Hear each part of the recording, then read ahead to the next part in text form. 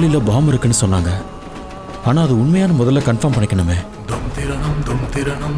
யாருக்கும் தெரியாம இதுக்குள்ள என்ன இருக்குன்னு பாத்துடலாம்.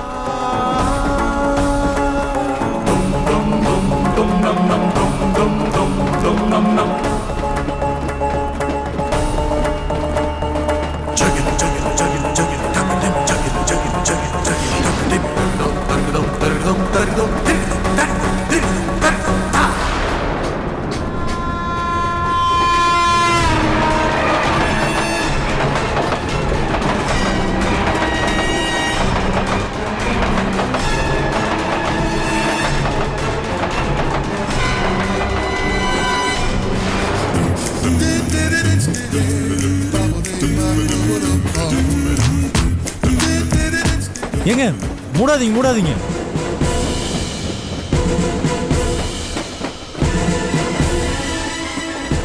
சமோசா சூடா இருக்கா? ஆமா சூடா தான் சார் இருக்கு. தொட்டா வெடிச்சிரும். என்ன வெடிச்சிருமா? இல்ல சார், தொட்டா சுற்றுன்னு சொல்ல வந்தேன்.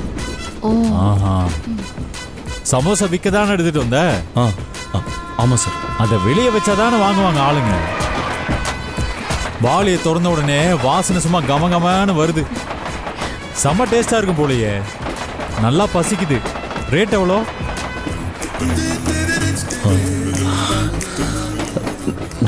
4 ரூபா சார். எது 4-10 ரூபாயா? ஆமா.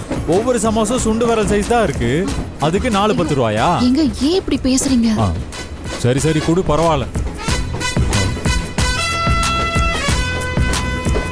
இந்தா ஒரு நிமிஷம் இரு.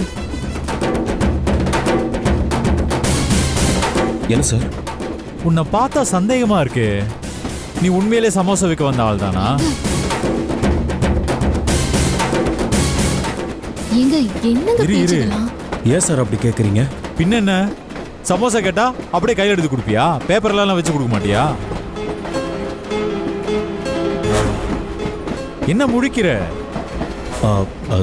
அது பேப்பர் இல்லை சார், மறந்துட்டேன். சரியா போச்சு.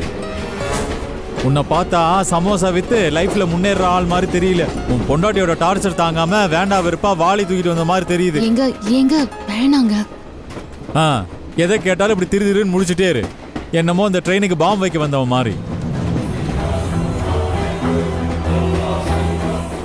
சரி, ஆபத்துக்கு பாவம் இல்ல, எனக்கு பயங்கரமா பசிக்குது, கொடு.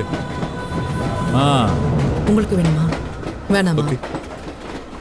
இவர் கொடுக்கறது கொஞ்சம் நல்லா இருக்கும் தான் நினைக்கிறேன். இந்த ஆதரு எடுத்துக்கோ. சாப்பாடு வேற கொண்டு வந்திருக்கேங்க.